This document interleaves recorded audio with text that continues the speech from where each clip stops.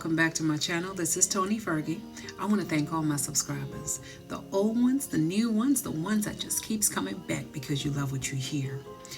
Have you guys ever heard of Shahib Bolson? I've never heard of him, but I came across a couple of his videos, and boy, oh boy, is he controversial. Guys, the videos I'm going to share, please grab a cup of coffee, grab a piece of bread, grab a cup of tea. I don't care what you got to grab. Just don't bite your fingers while you at it. Because this brother right here, he's going to make you sit back and think like, he's extremely controversial, but not in a condescending way. And then he says things so calmly. His demeanor and his deliverance of the words that he's saying, everything is going to make you stop and think like, wait a minute, is this really happening? Y'all, watch these videos, these little clips I put together, and please comment below of what you guys think, because this brother right here... You're a Western supremacist. You believe in the supremacy of your values.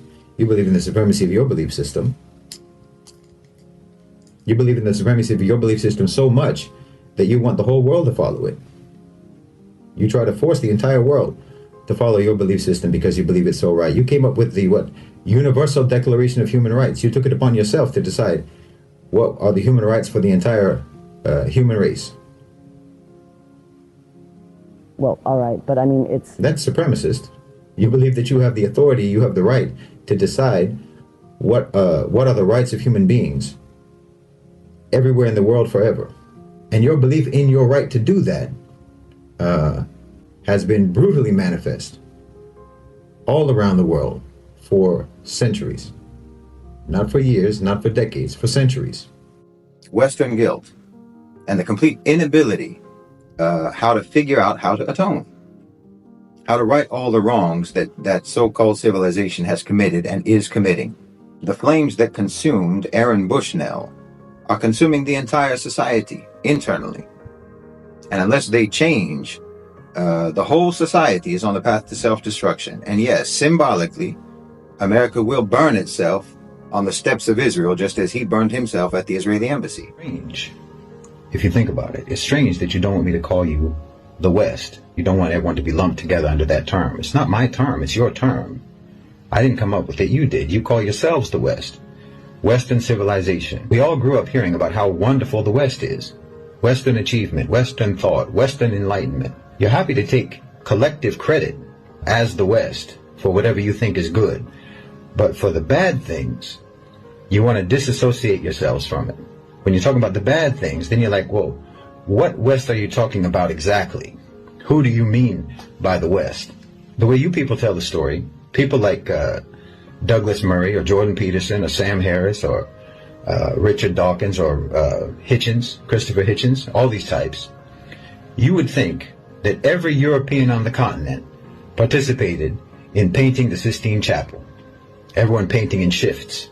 All of you collectively invented penicillin, from the telephone to airplanes, from the cotton gin to the microchip. You all did that as one gigantic team effort. We, the West, abolished slavery. We, the West, gave women the right to vote. We, the West, developed modern technology. You like being called the West then, but just bring up just one of your innumerable atrocities, and then everyone starts looking around. Who, me? Oh, you must have me mistaken for some other person, some other West. Shaggy. It wasn't me. My forefathers didn't own slaves. My forefathers didn't slaughter the Native Americans. My forefathers were just poor, innocent peasants. I have nothing to do with it. Innocent as can be. You want to take collective credit, but you want to individualize blame. But you'll say that Isaac Newton, for example, is a product of the West. Michelangelo was a product of the West. Mozart was a product of the West. Leonardo da Vinci, Thomas Edison, Steve Jobs, they're all products of the West. But somehow your villains are all bastards, illegitimate children that you don't want to claim. No, Hitler was your child. King Leopold was your child. Harry Truman was your child.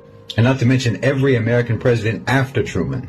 You know, from the Korean War to Vietnam to the dirty wars in Central and South America to Panama, the first and second wars in Iraq, Somalia, Afghanistan, Libya, Syria, and before Truman, I don't think that the United States has had a single decade in its history when it wasn't slaughtering some people somewhere in the world. These are all products of Western civilization too.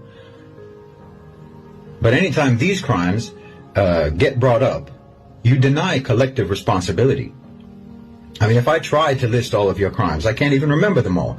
But if I try to list just the ones that I can remember, your battery will die before I can even properly get started. You not only don't condemn your terrorists, you not only don't try them for war crimes as they should be tried, you re-elect them into office. Not just elect them, re-elect them. And you deny any responsibility for their atrocities. No, if you want to be called the West, when it comes to any positive achievements, then you have to accept being called the West for all the full catalog of inhuman, vicious, genocide, murder, rape, torture, bigotry, exploitation, oppression, assassinations, coups and subjugation, evil and brutality, all that your people have ever committed. That's why I always say Western civilization is a sarcastic term, because you never civilized. And, you know, we made cool stuff is not a defense. Your approach to morality is, let's not and say we did. Let's not be moral, but say we are. You think that righteousness is denying the evil you do, not stopping yourselves from doing the evil. As long as you say you don't do it, or you call it something else, then somehow you're not evil when you do evil, as long as you don't admit it. It's upside down world. Every day is backwards day in the West. Bad is good, wrong is right. And I'm telling you, how on earth do you expect to ever stop doing blameworthy things if you think that you are immune from blame no matter what you do? Yes, okay, your forefathers were probably poor peasants. I agree with you. They didn't participate in the crimes of the West. They didn't participate in colonization or imperialism. But then they also have no reason to take pride in the achievements of the West either, and neither do you. They were victims of the West in their own way, and so are you. If you want to disassociate yourself from the crimes, then disassociate yourself from the achievements, and realize that you and your forefathers and your ancestors were all abandoned and betrayed and duped by propaganda about Western civilization. No one ever cared about your development or your forefathers' development. No one ever cared about your welfare or your forefathers' welfare. No one ever cared about your upliftment or theirs. No one ever cared about your life. Not yours, not your forefathers, not your ancestors. And the West doesn't care about you now. But here you are defending it. Like you have no self-esteem, like you have no pride. You and I both know the West doesn't care if you starve to death. They don't care if you get kicked out of your home and live on the streets. If you spend the rest of your life drowning in debt, they don't care. If you fry your brains on drugs, they don't care. That's the West. And that's what the West thinks of you. The West didn't raise you right because you don't matter to the West. They don't care if you have knowledge. They don't care if you have an education. They'll pass you on up to the next grade whether or not you can read or write, because you don't matter. Every day of your life, your civilization all around you is shouting at you in a million different voices that you don't matter. You're just a replaceable cog in the machine. Everyone in the West is regarded as disposable by the West, and still you defend it as the pinnacle of human refinement. You need to break that spell, because you're living in a trance of propaganda that's all designed to keep you oblivious to your own humiliation. But then you'll get mad at me for trying to tell you to break that spell, to break that trance. You'll get mad at me because I'm trying to tell you that you need to stop being humiliated. You need to stop aligning yourself with the ones who are humiliating you.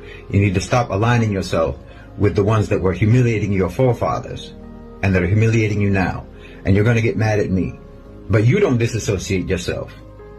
I'm supposed to disassociate you from them. But you're not. Why should I disassociate you from the West when you don't do it yourself? I'm trying to tell you that you need to break the trance. I'm trying to tell you that you need to break out of the propaganda. You need to break out of the indoctrination. You need to break out of the programming. But you're going to get mad at me for telling you that. And you want to hold on to the programming. You want to hold on to the indoctrination. And then while you're holding on to it, I'm supposed to separate you from the indoctrination that you're holding on to. That the United States basically serves Israel. That America is controlled by Zionists. I think there's a lot of Israelis who probably think that way too. Israel's function, as far as America is concerned. It doesn't matter to them that this is the only way for Israel to ever actually become a normal society. It doesn't matter if this is in the interests of the Israeli population or not. They don't care. They're using you. They're using you, the Israelis. They're exploiting you. The Americans, the West, are using you. And it's absolutely against the interests of your people. Obviously, the only way for Israel to ever progress as a society is to dislodge themselves from the United States, from the West, and to integrate properly into the region. Okay, guys, what did you guys think for real? Listen, where's he been hidden? Nowhere. Of course, they banned him from TikTok from one of his interviews that he said. But did you hear the lady, the interviewer in the first video? She was struggling to respond to him because you ask him a question and he's answering you directly. He's not going around the bush. He's letting you know what it is. Listen, guys, you have to go and watch some more of his videos because this guy, there's a lot of things I had to cut out because I didn't want to get community guidelines, because it might come off hateful for some people, and some people might just look at it as, just controversial, and that's it. But y'all, please like, share, and comment below. And if you are not subscribed, why aren't you yet? I see you guys watching. I see you sharing. Now go ahead and just subscribe. It won't cost you anything. Anyways, guys, welcome back, and know that Tony loves and appreciates y'all. Have a fantabulous day.